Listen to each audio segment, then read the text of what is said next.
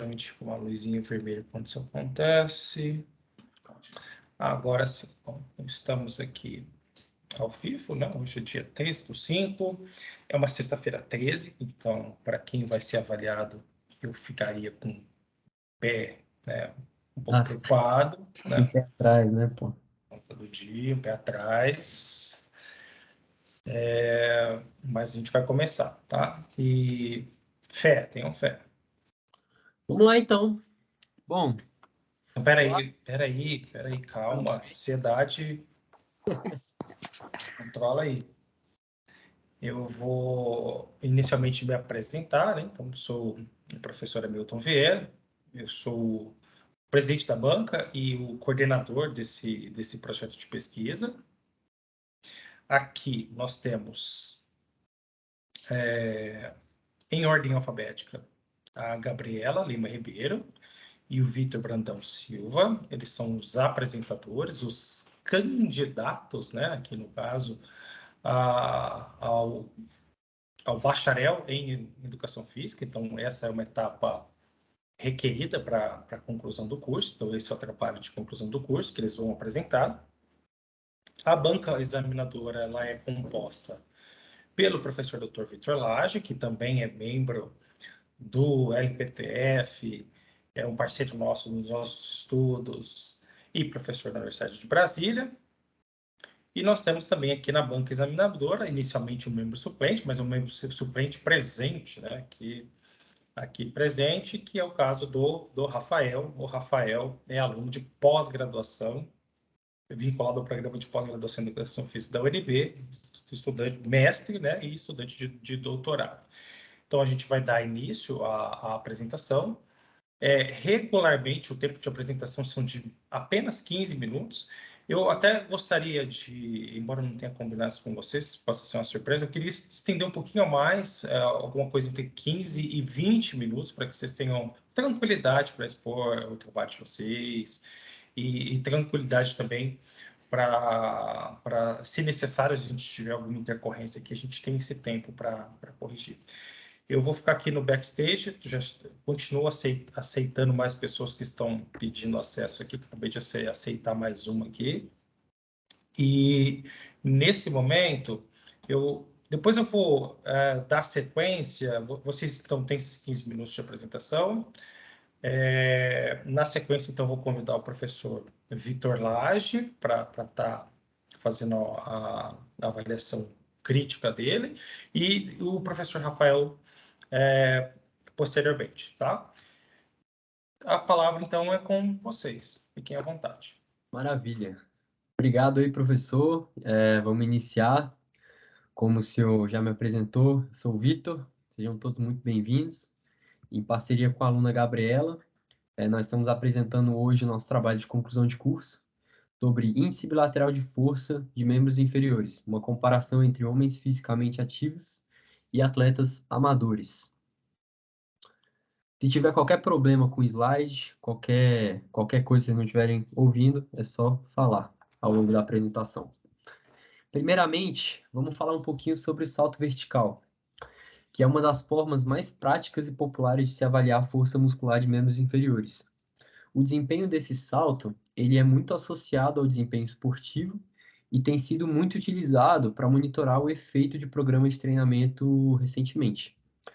O tipo de salto vertical mais comumente realizado é o de contramovimento e pode ser realizado tanto de forma bilateral quanto de forma unilateral, mas que somente a execução de ambos esses testes propicia uma melhor compreensão das forças produzidas entre os membros em uma análise, como foi o caso do nosso estudo.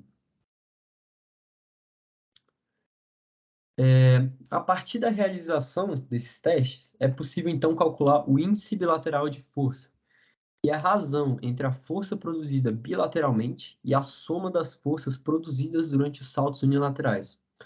A partir desse índice, é possível então observar se o indivíduo apresenta o déficit ou então a facilitação. O déficit é quando a força da ação bilateral é inferior à soma das ações unilaterais, enquanto a facilitação é o oposto. A força bilateral é superior à soma das forças unilaterais. Na nossa fórmula, nós vamos ver que o déficit bilateral ele vai representar um valor abaixo do zero, enquanto a facilitação vai representar um valor acima de zero. Alguns estudos prévios indicam que é mais frequente a ocorrência do déficit. O fenômeno do déficit ele é muito atribuído principalmente a fatores neurais, como a inibição interhemisférica, por exemplo. Além disso, a ocorrência e a magnitude desse fenômeno também podem ser relacionadas à dominância de membros, adaptações induzidas pelo treinamento e à especificidade da prática esportiva. O aparecimento tanto do déficit quanto da facilitação pode ter influência das características do treinamento. Acontece que a priorização do treinamento resistido bilateral pode favorecer a facilitação, enquanto a priorização do treino unilateral pode favorecer o déficit. Mas na maioria das modalidades esportivas é possível observar o predomínio das ações unilaterais, principalmente das modalidades de combate, em que os atletas têm ali um lado preferido para a execução dos golpes, como é o karatê, como é o judô. E essa informação está intimamente ligada à nossa hipótese. E além disso, é possível também especular que o índice bilateral tem uma relação com o desempenho.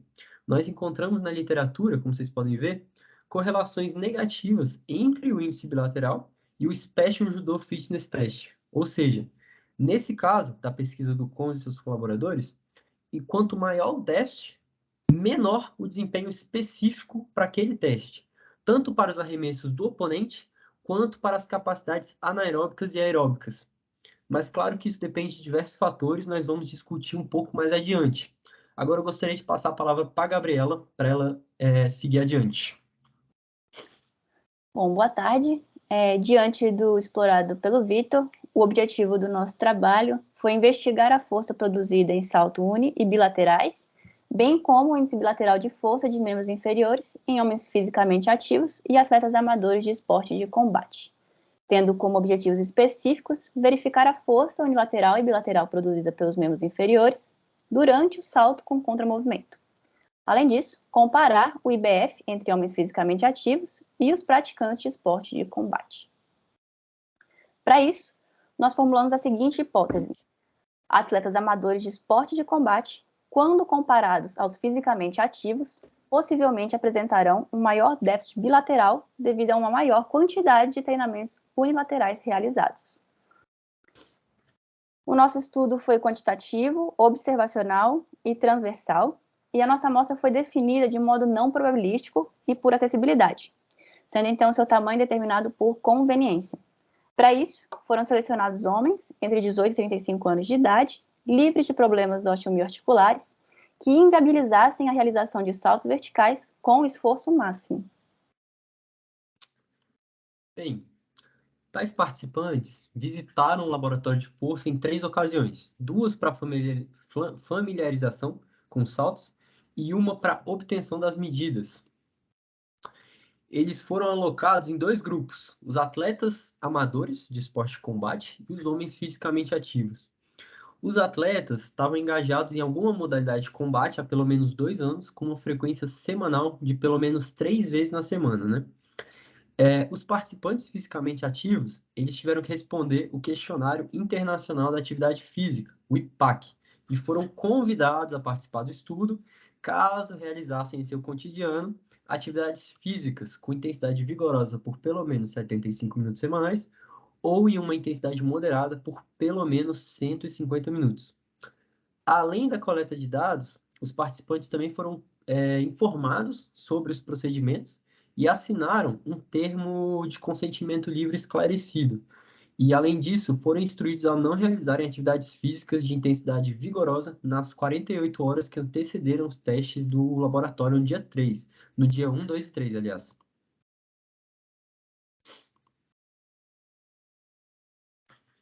Primeiramente, os participantes receberam um vídeo descrevendo e apresentando os procedimentos que seriam adotados em cada tipo de salto. E depois foram orientados a praticarem os saltos antes de irem ao laboratório. No primeiro dia, como eu já mencionei, os participantes também assinaram um termo e preencheram o questionário, no caso dos fisicamente ativos. E, adicionalmente, foram coletadas também medidas de massa e estatura de todos. Os voluntários foram então instruídos a saltar com as mãos na cintura e o mais alto possível, enquanto empurravam a plataforma rapidamente. No salto bilateral, como vocês podem ver, eles foram instruídos a realizar um contramovimento com profundidade autodeterminada na fase descendente, seguido por uma fase propulsiva e vigorosa com ambas as pernas na fase ascendente. Para os saltos unilaterais, como os senhores podem ver, os participantes realizaram os mesmos procedimentos, exceto que o joelho do membro colateral permaneceu flexionado a 90 graus durante os saltos. E aí nós vamos agora para o aquecimento, que teve uma duração de 10 minutos. E, primeiramente, os participantes realizaram agachamentos com sobrecarga a 50% da massa corporal em uma barra guiada. Então, foi realizada uma série de 10 repetições em baixa velocidade e outra série de 5 a 6 repetições em alta velocidade na fase ascendente do movimento. Depois dessas duas etapas, eles realizaram 5 saltos verticais com esforço progressivo, a 20, 40, 60, 80 e 100% do máximo em percepção. E, por fim, após 2 a 3 minutos de intervalo, foram coletados em ordem aleatória 4 repetições máximas com 1 minuto de intervalo entre elas, de cada um dos tipos de salto. O salto com contramovimento bilateral, o salto com contramovimento unilateral direito e o esquerdo.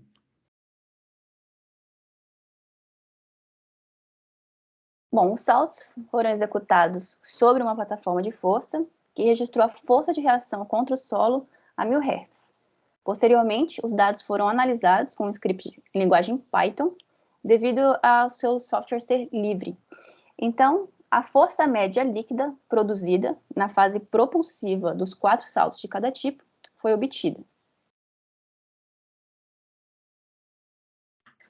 O IBF foi calculado a partir da equação já apresentada e, para a descrição dos resultados, foram calculados os valores médios e desvio padrão das variáveis de interesse, sendo que a comparação entre os grupos foi realizada a partir de um teste T bicaudal para amostras independentes e o nível de significância adotado foi de 5%. O software utilizado para essa análise foi o Microsoft Excel. Então, chegamos aqui aos resultados e na figura 1, apresentada, são apresentados os valores individuais da força produzida na fase propulsiva dos saltos, com contramovimento, onde podemos observar a produção de força para os saltos bilaterais e unilaterais, direito e esquerdo, de cada participante. Na tabela 1, esses dados de força são apresentados com valores médios e seus respectivos valores de desvio padrão, assim como a comparação entre os grupos. E, nesse caso, não observamos diferença significativa das forças produzidas pelos atletas amadores de combate e os participantes fisicamente ativos, já que o valor de P é igual ou maior que 0,37. Bom, na figura 2 são apresentados os valores médios e individuais do índice bilateral de força. E, mais uma vez, o teste T, assim como para as forças médias, indicou que ambos os grupos apresentam valores similares, agora para o IBF, com um P de 0,67.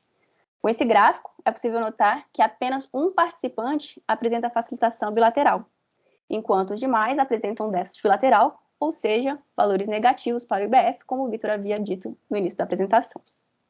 Assim, o grupo de atletas amadores de combate apresentou um IBF de menos 12,1%, com desvio padrão de 8,6%, enquanto o dos fisicamente ativos apresentou de menos 13,6%, com desvio padrão de 7,7%. O presente estudo teve como principal objetivo comparar o IBF entre atletas amadores de combate e homens fisicamente ativos.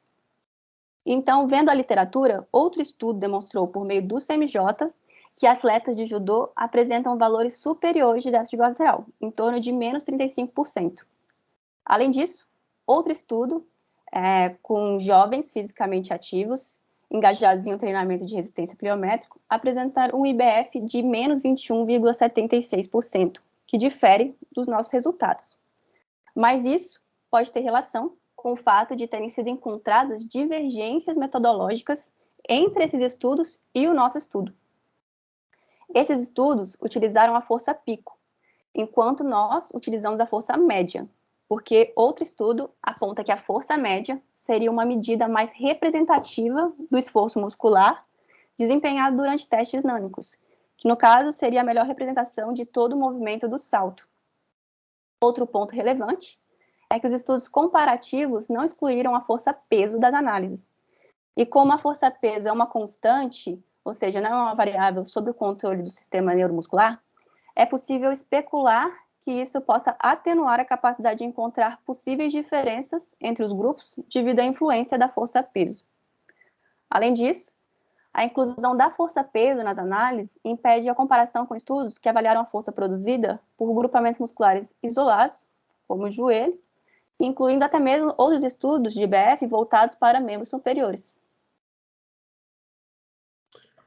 Por fim, concluindo o nosso trabalho, como os senhores podem ver, os atletas amadores de combate, os homens fisicamente ativos, apresentaram valores muito similares de índice bilateral e também de força unibilateral na fase propulsiva do CMJ.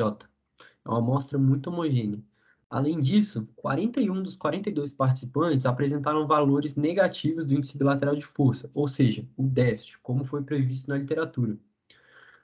Além disso, a magnitude encontrada pode ser justificada pela metodologia adotada, que nós acreditamos sim ser mais precisa do que nos estudos mencionados anteriormente, mas que infelizmente não existem comparações exatas, uma vez que não foram achados estudos similares ao nosso nesse quesito.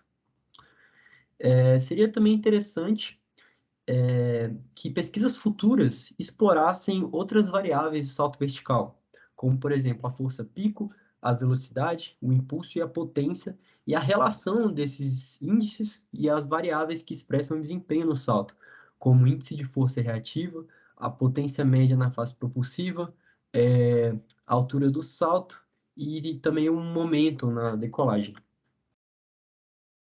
Por fim, eu declaro que a nossa apresentação está encerrada. Eu agradeço muito a presença de todos, em meu nome e em nome da Gabriela. Ficamos agora disponíveis para qualquer dúvida ou esclarecimento e eu aguardo também a avaliação da banca. Perfeito, muito obrigado, Vitor. Obrigado, Gabriela, também. O nosso rito agora, ele segue, eu vou convidar o professor Vitor Lage para compor a banca, na sequência o professor Rafael. Cada membro tem 15 minutos para arguir, e a gente não pode estourar 60 minutos, tá? Essa é uma regra imposta pela comissão de TCC.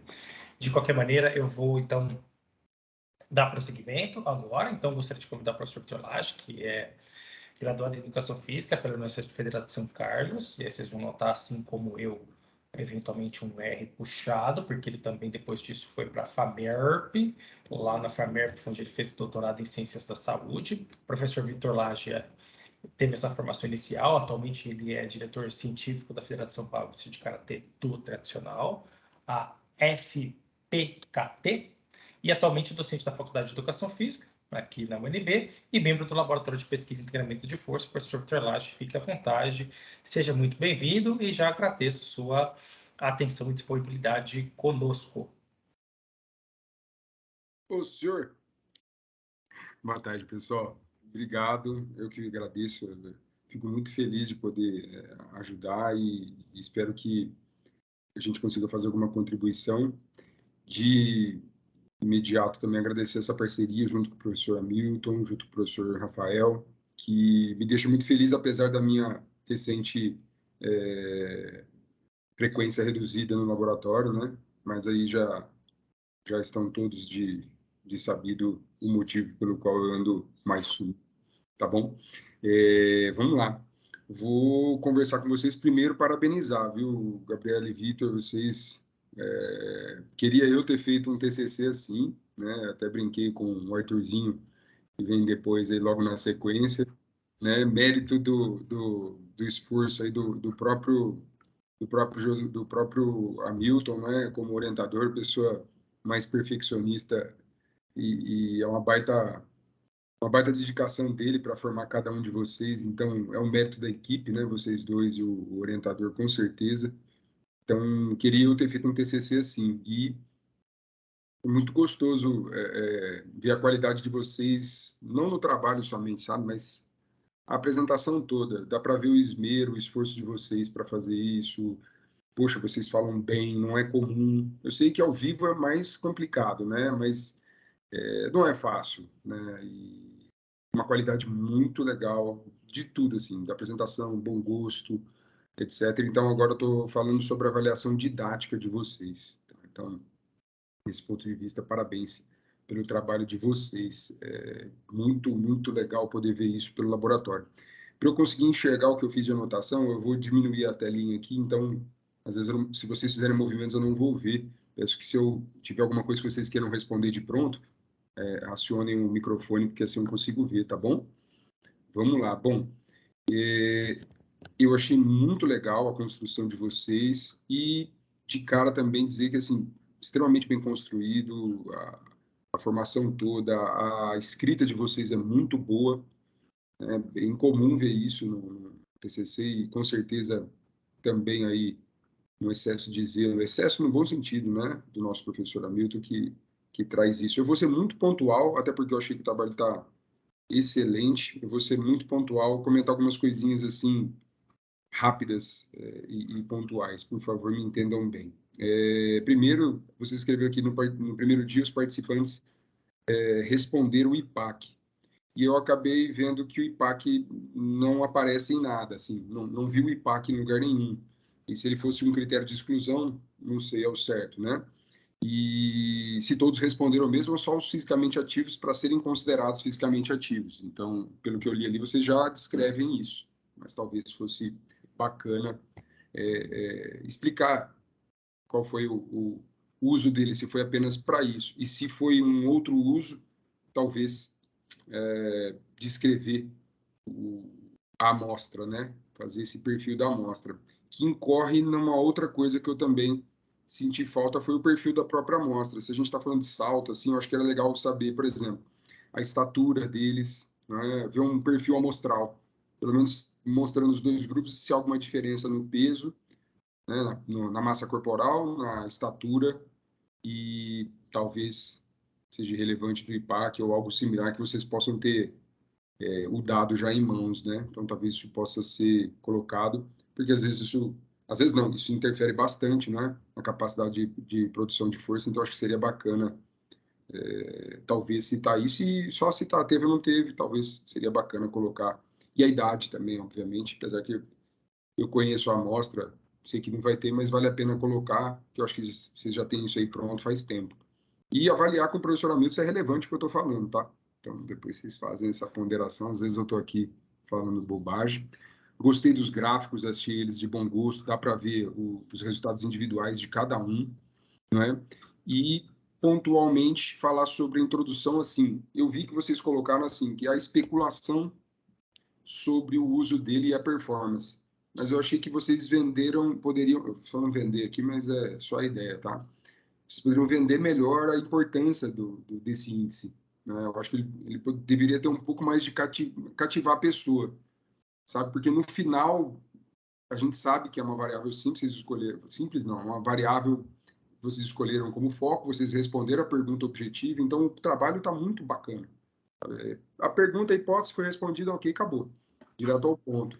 Mas talvez pensar nisso, ou para a introdução, redeberar esse peixe, ou demonstrar um pouco mais de densidade na discussão, para ver se há se é que há. Às vezes a literatura não tem, então também não tem o que escrever. Como eu não sou especialista e não tenho muito estudo exatamente sobre essa variável, custa, às vezes, perguntar para o professor Hamilton se ele disser que está adequado, realmente está adequado. Tá? No total do trabalho que eu fiz, assim, ponderações, foi mais com relação a isso, eu senti, talvez que vocês pudessem descrever esse perfil e ver se esse perfil tem alguma interferência, então se eles têm diferença de massa ou não, se eles têm diferença de estatura ou não, e se isso interfere, pode responder essas diferenças, essa não diferença, né? Pode responder ou não, às vezes pode ter havido algum tipo de interferência, né? E se vocês têm algo na literatura que possa responder o porquê que vocês não viram diferença entre os dois. Talvez possa ser o nível desses amadores, né? Não sei. Mas aí especulação também não vale pôr no trabalho, né? Então, talvez seja relevante, tá? Então, na verdade, não tem muita pergunta em si. O que eu teria, assim, é o quão importante foi para vocês aprender mais sobre esse estudo. Seria uma pergunta simples, algo tranquilo para vocês, e o quanto foi importante para vocês participarem dos trabalhos no laboratório. Talvez isso, do meu ponto de vista de docente, seja mais legal, mais interessante saber o quanto você... A Gabriela, eu já sei que já está engatada e tudo no mestrado, então isso aí, poxa, já dá para ver o quanto foi importante para ela, né? Imagino até por foco profissional, né? Mas entender um pouquinho mais principalmente do Vitor, que eu tive menos contato. A Gabriela, eu já vi bastante, já dei bastante trabalho para ela também, tem ajudado absurdamente o laboratório. Saber de você, às vezes, Vitor, como foi importante para você poder frequentar e poder participar e aprender com o Hamilton? O que mudou para você com essa frequência ao laboratório? Cara, muito obrigado, professor, pelos elogios. Antes de responder a sua pergunta, eu acho que eu vou responder pontualmente cada um dos pontos que você citou. Primeiramente, a respeito do IPAC.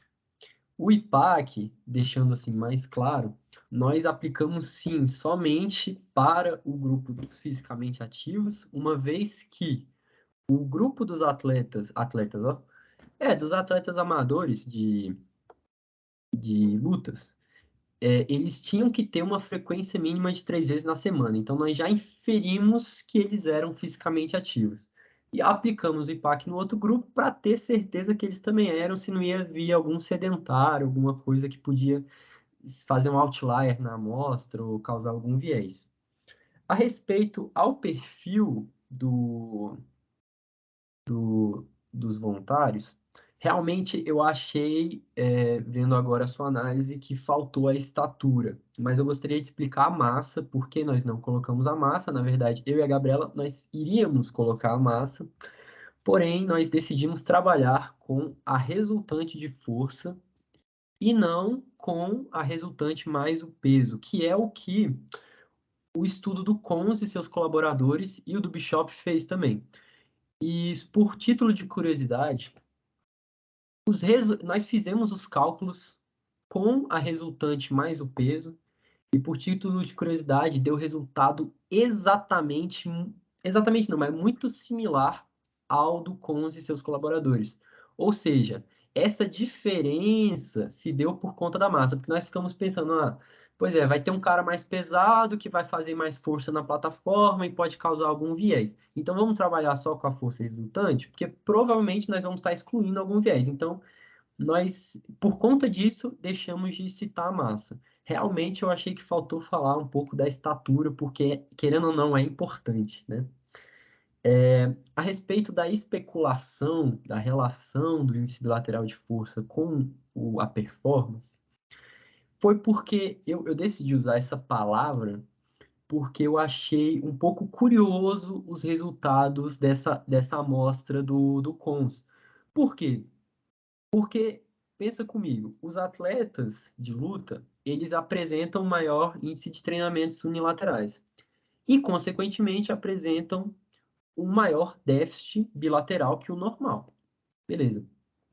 Mas então, o déficit na amostra dele, para o teste específico do Special Judo Fitness Test, estava dando uma relação negativa com o desempenho. O que eu pessoalmente, eu levei muito tempo para entender. Se todos os atletas de judô apresentam mais o índice bilateral naturalmente por conta do treino, por que que esse mesmo índice está se relacionando negativamente com o desempenho deles? Então, nós paramos para analisar e percebemos que isso é uma consequência do treinamento, mas que não, se não fosse assim, o desempenho seria melhor ainda. Então, na verdade, é uma consequência do treinamento que eles estão sujeitos. Então, por isso que eu utilizei essa palavra da especulação. Porque eu fiquei pensando, pode ter uma relação positiva, como pode ter uma relação negativa. Depende da forma como você está vendo aquela variável, né? Foi porque eu fiquei muito curioso. E a sua última pergunta sobre a minha experiência com o laboratório de força. Eu gostei muito. Primeira vez que eu fui lá, eu fui como voluntário, inclusive. E Cara, é muito legal, eu gosto muito dessa área. Eu falei para a Gabriela que eu queria fazer um TCC que envolvesse essa área de biomecânica, cinesiologia, algo que fosse mais dessa fonte, né? E eu gostei muito das ideias dela inicialmente, do professor Hamilton. Na verdade, nós tivemos três grandes ideias em conjunto, né? Decidimos seguir a minha, que foi do índice bilateral, e o professor ajudou muito a Gabriela, então manja demais. E foi muito gratificante fazer esse TCC, eu me diverti bastante fazendo. Não foi algo monótono, não foi chato, foi realmente interessante. E estou muito feliz com o resultado. Obrigado aí, professor.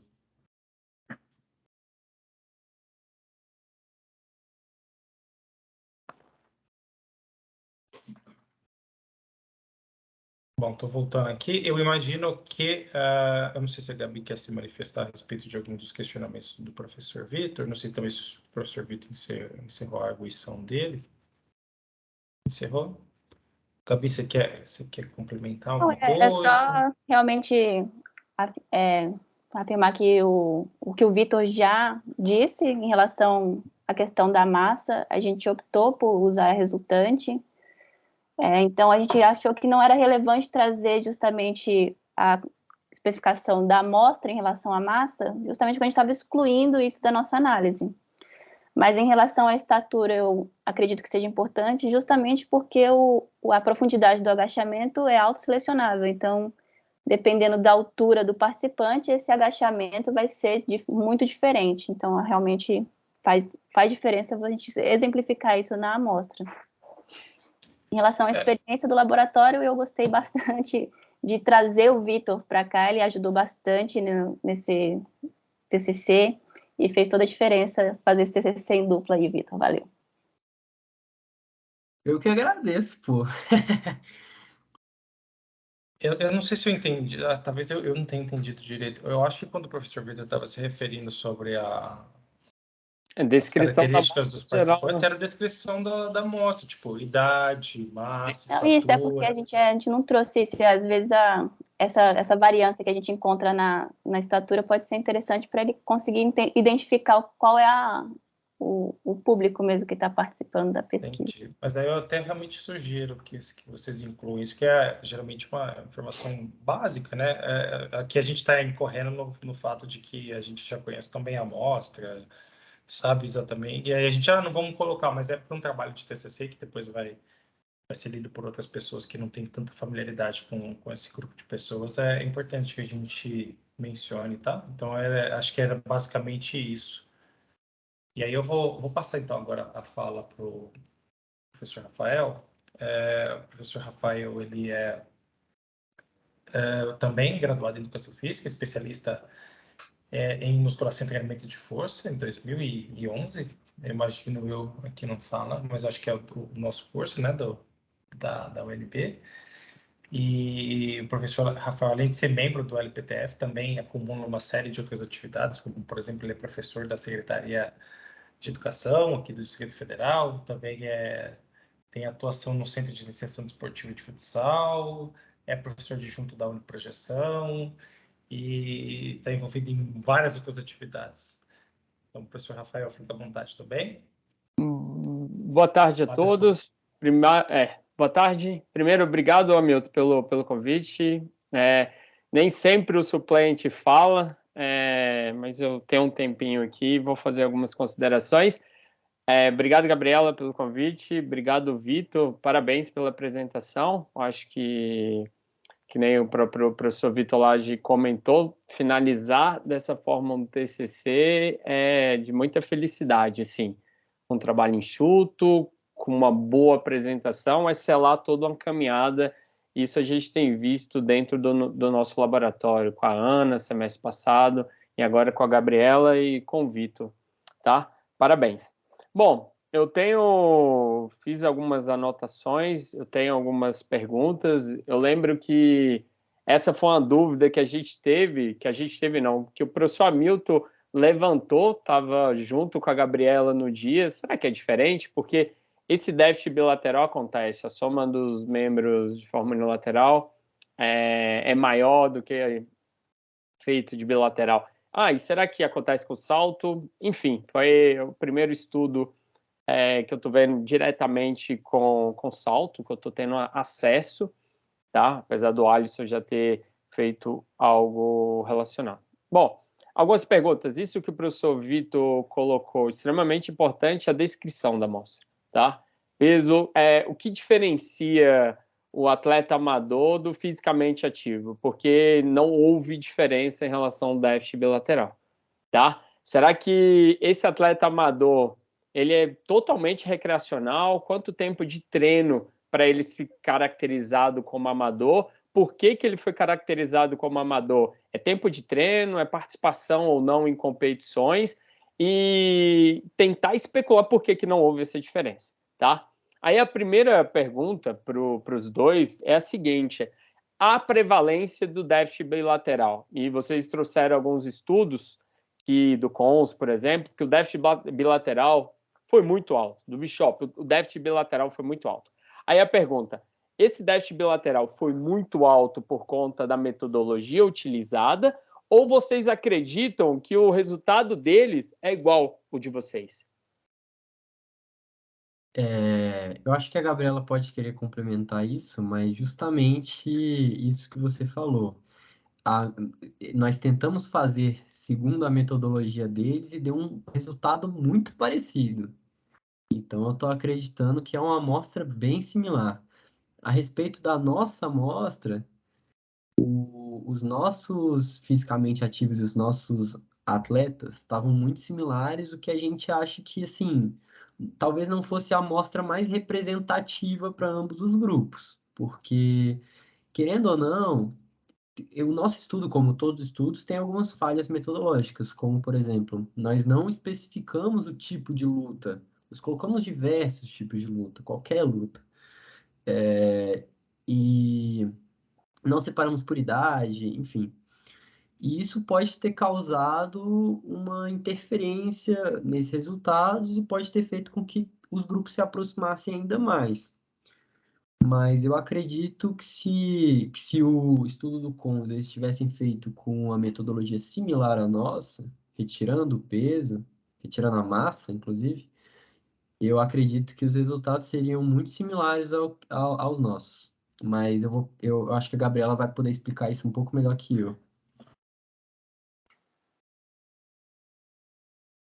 Acredito que é isso mesmo. A gente retirou a força-peso para essa análise. E quando a gente, por curiosidade, inseriu na nossa amostra a força-peso para calcular o índice bilateral, ela se aproximou muito do resultado do CONS, inclusive, que é o resultado com atletas de judô. Porque o do Bishop, que ele traz o de 21%, o déficit de 21%, ele faz com os jovens fisicamente ativos, que na nossa cabeça seria justamente o que se aproximaria mais da nossa amostra, porque a gente não sabe até que ponto esses atletas são realmente atletas e até que ponto também as pessoas fisicamente ativas não são consideradas uns atletas amadores. Então, a gente acreditava que na nossa amostra ia chegar muito mais perto desse estudo do Bishop e colaboradores. Mas, por curiosidade, a gente adicionou a força-peso ao final só para poder avaliar e a gente chegou num resultado muito similar aos atletas. Menos 32%, inclusive. Isso. Bom, outra pergunta aqui. Toda avaliação ela só faz sentido se a partir dali eu tiver uma resposta, assim. Eu fui avaliado por vocês, apresentei déficit bilateral, que é algo que vai acontecer se é prevalência. Qual que é a intervenção? Se ele for muito discrepante, nós temos um estudo que diz que de 6 ali até 20 e tantos por cento, segundo a nossa metodologia, você estaria num nível considerado padrão. Eu acredito que se for muito discrepante, é justamente você fazer o oposto do que está causando esse déficit, que seria priorizar o treinamento bilateral. As consequências dessa discrepância no seu desempenho vai depender da atividade que você faz. Não encontramos, aliás, uma relação com as lesões, como é o caso das assimetrias, porém, o excesso de um fenômeno ou outro, tanto déficit quanto facilitação, vai impactar na sua performance dependendo da sua atuação no esporte, como por exemplo nas lutas, que nós podemos ver que se você tiver um déficit acima demais, você pode ter prejuízos com a sua performance específica. Então, eu acredito que seria mais uma relação direta com o tipo de atividade que você faz. Vão ter atividades que priorizam muito uma atuação unilateral, que pode até ser beneficiada pelo déficit. Mas eu não acredito que exista um benefício e um resultado muito discrepante. Nesse ponto é importante a gente falar como que é esse teste do judô, esse teste específico, né? Esse teste específico ficam 2 oponentes separados por 6 metros e a pessoa que está testando fica no meio. Então, ela vai derrubar os oponentes em sequência e tem um tempo determinado para isso. E ela tem que executar um golpe específico para o teste. E, às vezes, justamente, ela vai ter a tendência de repetir aquele golpe sempre com a perna preferencial. Então, dependendo do esporte, é importante você ter esse déficit bilateral para poder ter uma melhor performance. Tá, e em termos práticos, Gabi, qual que seria a intervenção? Eu vou trabalhar para o meu treinamento específico de forma bilateral ou unilateral? Para um lutador, no caso, você comentou do judô específico ao teste. Isso, como a gente teve uma correlação negativa entre o déficit e o teste, o ideal seria, na teoria, fazer um treinamento para favorecer um treinamento bilateral, para que favorecesse uma aquisição mais de facilitação bilateral, talvez, do que do déficit bilateral. Então, um treinamento resistido bilateral talvez seria a solução para melhorar os índices neste teste específico, porque existem diversos outros testes que podem mostrar outras coisas. Bom, eu estou trazendo isso aqui, Gabi, porque eu acho que você está... Eu acho que estou meu tempo, né, Milton? Perdão. Eu acho que você tá estudando sobre isso, tem estudos mostrando que o treinamento bilateral não difere do treinamento unilateral para alguns testes específicos, como sprint, força e mudança de direção, mas tem estudos recentes, 2020, já mostrando que o bilateral favorece mais a mudança de direção do que o unilateral, que foge um pouco da hipótese, porque quando você treina ou muda de direção, você está mudando essa direção em um único eixo. Então, é algo muito... É um tema que deve ser explorado, pode ser explorado, tem pouca coisa na literatura relacionada a isso, principalmente com a capacidade de saltar, e eu acho que o seu mestrado vai responder algumas perguntas relacionadas a isso, tá bom? Com uma população diferente, com populações extremas mesmo, muito treinada e pouco treinada, que talvez isso seja o natural de todos. Talvez não, tá bom? Na valência de salto. Obrigado. Tem outras questões. Será que tem necessidade de 2 dias de familiarização? Somente o vídeo e 1 dia é suficiente, mas são coisas bem pontuais, tá bom? Parabéns pelo trabalho. Inclusive, no estudo do Bishop tem a relação do índice com a mudança de direção. A gente só não colocou porque eu não achei que fazia muito sentido colocar no trabalho, né? Ou foi em outro estudo, Gabriela? Não, outro estudo. Do Bishop também, mas é outro estudo. Ah, tá, é do Bishop também. Porque eu lembro de ter lido isso. É uma relação bem legal, principalmente com a facilitação. Pessoal, a discussão está muito boa, né? Eu até proponho que a gente estenda ela. Acho que a gente vai ter oportunidade de fazer isso no laboratório, especialmente com a continuidade dos estudos da Gabi, né? Felizmente, né? Esse estudo esse é um pontapé inicial que vai ter continuidade agora com a Gabi. Então, a Gabi, uma das missões da Gabi nesse momento é ver se tem relação entre a magnitude desse déficit e o desempenho no salto. E aí a gente acho que vai conseguir colocar pelo menos mais algum tijolinho nisso, porque realmente a gente não sabe muito bem o porquê, né, que esse déficit ele existe, tem algumas teorias que falam que está relacionado com mecanismos neurais, mas a gente vê que o próprio treinamento ele modifica isso, né? E aí eu vou tentar ser bem pontual, até porque a gente já está bem avançado no nosso horário, inclusive a gente ainda precisa fazer a avaliação e voltar aqui, isso tudo vai demorar pelo menos mais uns 5 minutos, então eu vou aqui bem brevemente pontuar alguns pontos, né? O primeiro deles está relacionado com, acho que a nossa amostra, ela é muito difícil de distinguir o que é um atleta amador de um atleta, de um sujeito fisicamente ativo, né? Até porque são grupos relativamente próximos, então a gente tem aquilo que seria uma sobreposição, provavelmente, entre os grupos, né? Tem 2 grupos, mas acho que a gente tem alguma sobreposição entre esses grupos que impede a gente distinguir claramente quem é um atleta amador, de quem é um sujeito fisicamente ativo. Então, a Gabi, inclusive, ela já vai adotar uma estratégia diferente para a continuidade dos trabalhos, que é considerar eles como sendo um grupo como um todo. Então, a gente já viu isso, que a gente vai adotar isso, né? O Rafa fez uma pergunta muito interessante, essa questão da intervenção, né? O que fazer, né? Então, eu tenho a minha percepção, mas a minha percepção não é baseada nesses estudos, porque eu acho que esses estudos estão muito fracos na literatura, precisam melhorar muito, e talvez por conta disso que a gente vai conseguir, talvez, colocar algum tijolinho. Porque eu particularmente acredito que se a atividade que você executa ela é unilateral, você tem que fazer treino unilateral. Se ela é bilateral, você tem que fazer bilateral. E talvez esse déficit ele não vai ter muito o que te dizer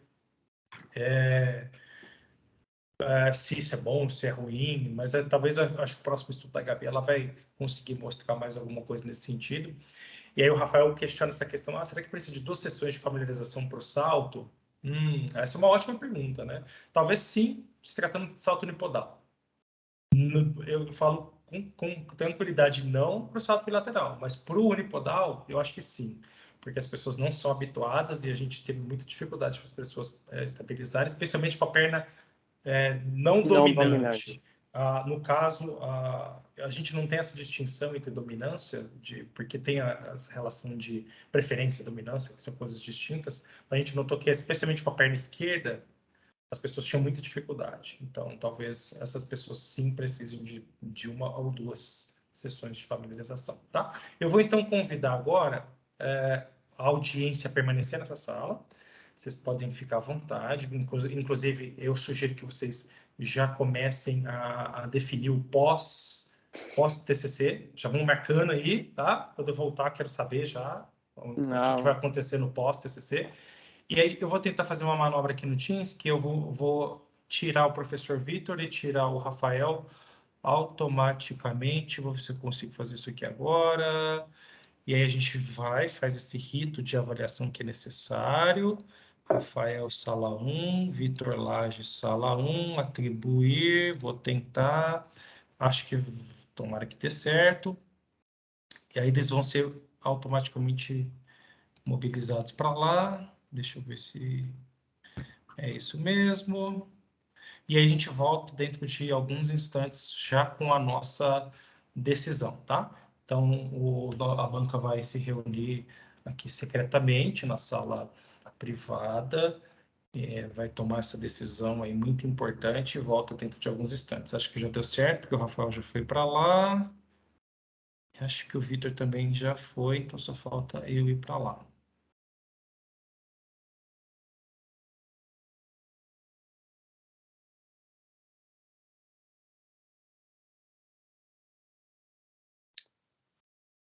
Parabéns, senhores. Excelente apresentação. E muito legal, eu não tinha visto ainda a parte comparativa, Gabi. Muito, muito bom. Obrigada. Valeu, Arthur. Obrigadão. Boa sorte no seu trabalho também. Valeu, obrigado. Parabéns, foi ótima a apresentação, hein? Arrasaram. Obrigado. Obrigada. Show de bola, cara. Show de bola. E vocês vão ter que correr aí com essa menção de vocês, viu? Porque vocês dois ainda estão na lista de prováveis formandos. Vocês têm que entrar logo na lista de formados lá. Não, mas isso aí o professor joga no sistema ainda Acho hoje. que joga hoje ainda, pô. Ah, Tá ótimo. bom. Deus quiser, pô. Nossa formatura vai Obrigada, ser Lu. presencial, viu? Eu vi. É que mês mesmo? Vai ser dia 15 de julho. Show. Show. Quero ver a Gabi, vai ver a Gabi de beca e canudo lá. Quem sabe. Não, eu tava falando com a Luísa esses dias, tem que marcar uma pizza dos formados, pô.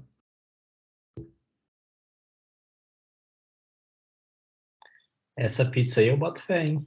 É, pô. Marcar uma pizza. Bem mais legal que colação.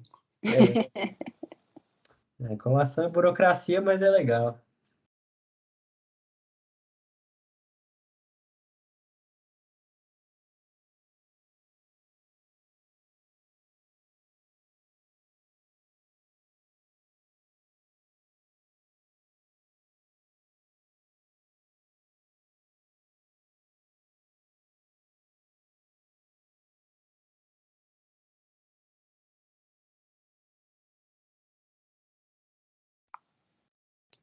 Gente, eu vou lá para outra sala para abrir lá, mas sucesso para vocês. E tenho certeza que vai ser CSS. Eles estão lá combinando, falando qualquer coisa agora. Até mais, tchau. É isso aí, Até mais, cara. Valeu, boa Já chego lá. apresentação.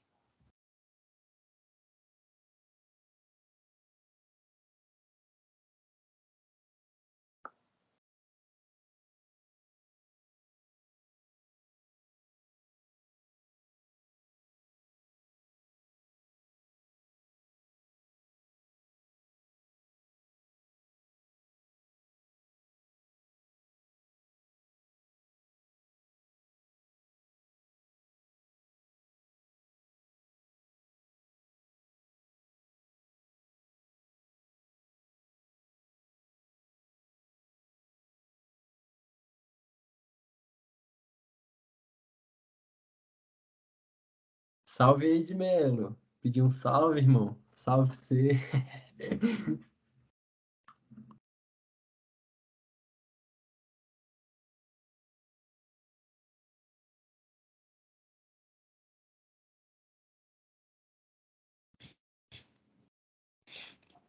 Bom, a gente tomou uma decisão, mas antes de falar a nossa decisão, deixa o Rafael voltar também, né? O Vitor já voltou. Acho que o Rafael se enrolou. Estava falando, antes de eu declarar a nossa decisão da banca, eu quero ver a decisão que vocês tomaram aí agora, porque uma coisa pode afetar a outra, né? Então, Não, a nossa decisão em relação a quê? o pós-defesa, né? Pós-TCC. Pós-TCC, eu vou só esperar o Arthur sair lá da dele. Combinei 5 horas ali no bar na 413 Norte. Então, diante disso, eu tenho o melhor cenário aqui para trazer para vocês, então. Não, pô, depois é pizza dos formados, sei lá, alguma coisa assim. Comemorar, pô. Tá só subindo a nota, então. 4 anos aqui, tá bom, já dá pra comemorar, foi um tempo massa. Isso aí coloca um ponto final bem da hora. Que bom. Então, eu tenho... na verdade, eu não vou... Como presidente da banca, eu não voto, né? Então, como a gente teve o privilégio de ter 2 membros, né? Eu acho que a gente tem a condição de colher a informação, colher a avaliação de 2 membros externos, pessoas que não diretamente participaram desse trabalho, para colher a percepção delas tanto ao desempenho do Vitor quanto ao desempenho da Gabriela. E o que ambos comentam é que fica notório, né, que tem realmente um trabalho que foi feito em dupla, né? Geralmente quando a gente tem trabalhos em grupo, trabalho em dupla, a gente geralmente tem uma pessoa puxando, arrastando a outra, né? E não foi isso que a gente viu aqui, a gente viu realmente a divisão dos trabalhos e realmente o conhecimento de ambos acerca do tema que foi único. Então, acho que é muito importante isso também. Então, a nota que a banca sugere é um SS, eu concordo plenamente. Eu estava, inclusive, prevendo isso, se vocês entrarem lá no Siga a nota de vocês já está lá, porque eu previ ontem que vocês iam tirar SS, então eu já coloquei ontem o SS lá, e de fato foi concretizado aqui hoje o SS. Então, é realmente com muita satisfação que eu posso dizer que eu tive o privilégio, né, de orientá-los, né. ao longo dessa última semana, várias pessoas me procuraram professor, você pode me orientar no TCC? E eu falei vários nãos, né? Vários nãos, por quê? Porque realmente, se eu for somar a quantidade de estudantes que eu já estou orientando, já é uma sobrecarga muito grande. Então, assim, eu tenho hoje o privilégio de selecionar, e vocês, eu selecionei, mas quando eu seleciono vocês para fazer a orientação do TCC, na verdade, eu estou sendo selecionado, eu estou sendo escolhido, e eu fico muito contente, porque vocês, ambos, né, têm um desempenho excepcional, tiveram um desempenho excepcional no curso, isso até onde a minha visão consegue enxergar, vocês tiveram um desempenho excelente, né, eu lembro da Gabi, e eu lembro também do Vitor. O Vitor, eu lembro eu acho que teve comigo no semestre 3, alguma coisa assim. Eu lembro exatamente o que ele me falou, o que ele pensava da educação física. Eu tenho a impressão que mudou um pouquinho de lá para cá, né? O Vitor tem esse foco de ser mais para concurso, né? Mas eu tenho uma impressão que o Vitor, ele ao longo dessa trajetória, ele começou a ver o curso um pouco diferente, né? E se mostrou um excelente estudante, que realmente vem valorizando o curso, e o efeito, né, o que a gente consegue observar hoje é realmente um aluno extremamente maduro, responsável, que tocou tudo muito contente, na verdade, acima da média, né? Eu posso dizer isso com muita tranquilidade, sem nenhum tipo de puxação de saco nem nada, né? Isso aí eu acho que eu não preciso fazer isso, então o que eu falo é natural e salta aos olhos, não apenas o meu, né? De todos que acompanham vocês. E a Gabi, né? A Gabi, ela dispensa comentários, né? A Gabi, ela está na segunda graduação, está fazendo mestrado, iniciação científica e graduação ao mesmo tempo, né? Então, vocês começam a entender o mundo paralelo que a Gabi tá, né? E aí o Vitor, ele falou assim, nossa, eu queria ter tido uma apresentação de TCC como essa. Nossa, eu invejo muito vocês, né? Ter um TCC dessa qualidade e eu posso tranquilamente dizer que isso é mérito de vocês, né? Foram vocês que foram capazes, foram vocês que criaram as situações para que esse TCC chegasse a esse nível de chegar aqui. E eu sabia ontem que vocês iam tirar esse, né? Então, vocês criaram, vocês semearam isso, e aí a colheita, ela é certa, né? Então, se você semeia algo ruim, você vai colher algo ruim. Se você semeia algo bom, você vai uma hora colher algo bom, e a colheita de vocês, ela é muito frutífera, porque vocês plantaram muito bem.